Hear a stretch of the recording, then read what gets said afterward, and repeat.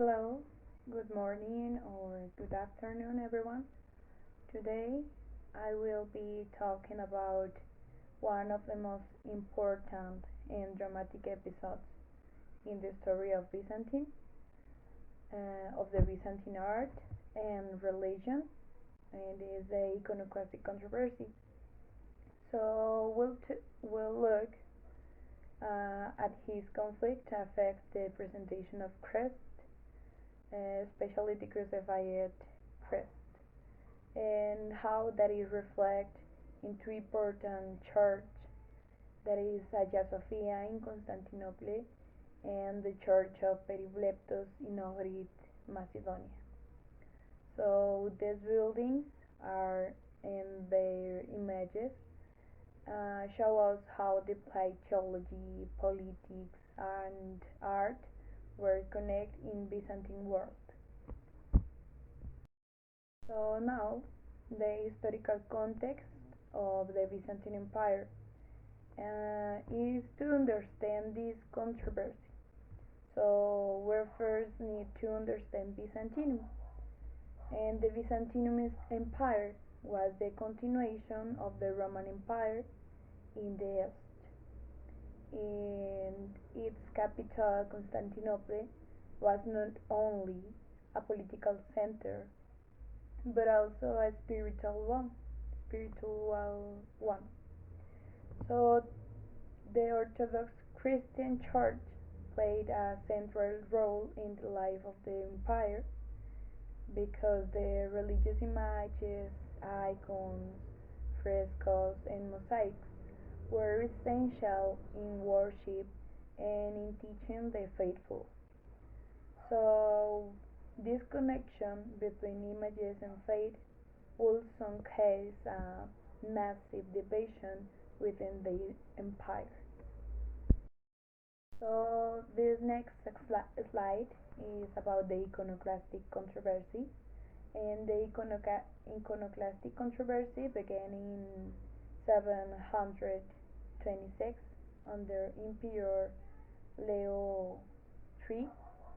It was a time of crisis, wars, earthquakes, and internal instability, and some leaders believed that God was punishing the empire for allowing the worship of images. So they began removing and destroying religious images, especially those of Christ, the Virgin Mary, and the saints. So this movement is called iconoclast, from the Greek icon, the image, and class, break. The first phase lasts until 787. Then Empress Irene restored the use of icons. But a second wave began in 814 under Emperor of Leo V and last in 843. And finally, Empress Theodora ended the controversy and restored the veneration of icons.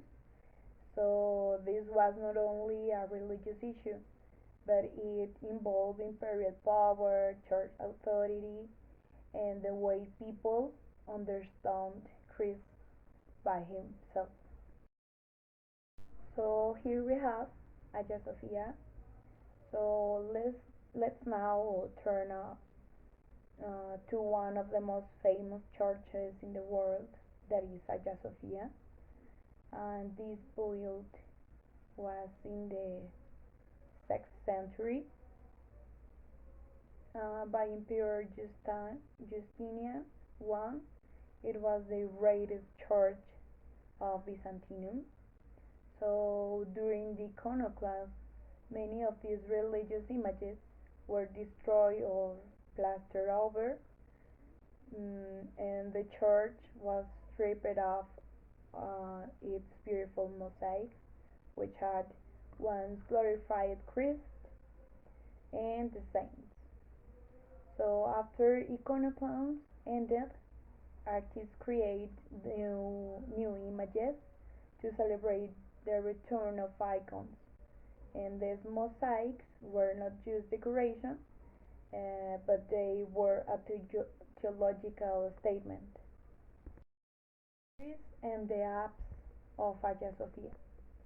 One of the most important post-iconoclastic mosaics in the image of Christ, Pantocrator, Christ as the almighty ruler of the universe. So he is shown frontally with a solemn expression. He holds the gospels in one hand and gives the blessing with the other. So this image says Christ is divine, eternal, and in control. So this kind of image was a response to iconoclasm. It emphasized the sacredness of Christ's image and the importance of visual theology in the Orthodox tradition. This slide is about Church of Peribleptos in Ohrid. So now let's move to a very different church. The Church of the Holy Virgin Peribleptos in Ohrid, Macedonia. It was built in 13th century, about 400 years after iconoclasm ended. So this was a time of revival in Byzantine art. The Peribleptos church is famous for its frescoes painted by artists like Michel Astrapas and Etitius.